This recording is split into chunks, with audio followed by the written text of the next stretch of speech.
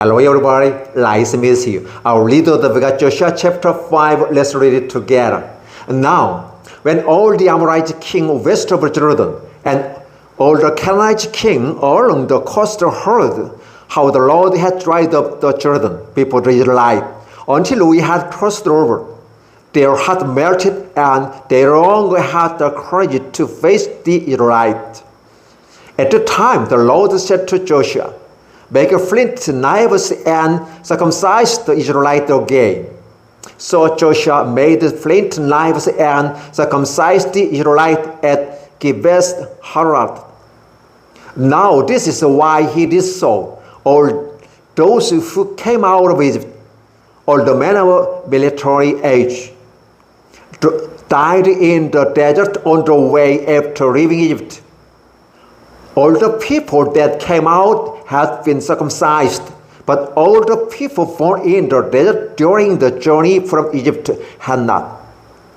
The Israelites had moved about in the desert 40 years until all the men who were of military age when they left Egypt had died, since they had not obeyed the Lord, for the Lord had sworn to them that they would not see the land that he had solemnly promised their fathers to give us, a land flowing with milk and honey.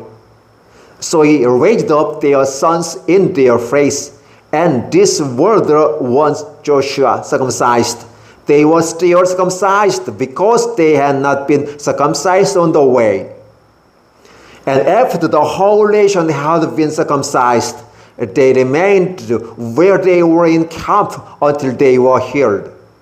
Then the Lord said to Joshua, "Today I have rolled away the reproach of Egypt from you." So the place has been called Gilgal to this day. On the evening of the 14th day of the month, while camped at Gilgal on the plain of Jericho, the Israelites celebrated the Passover. The day after the festival, that very day, they ate some of the produce of the land, unleavened bread and roasted grain. The manna stopped. They ate this food from the land. There was no longer any manna for the Israelites, but that year they ate of the produce of Canaan. Now when Joshua was near Jericho, he looked up and saw a man standing in front of him with a drawn sword in his hands. Joshua went up to him and asked, "Are you for us or for our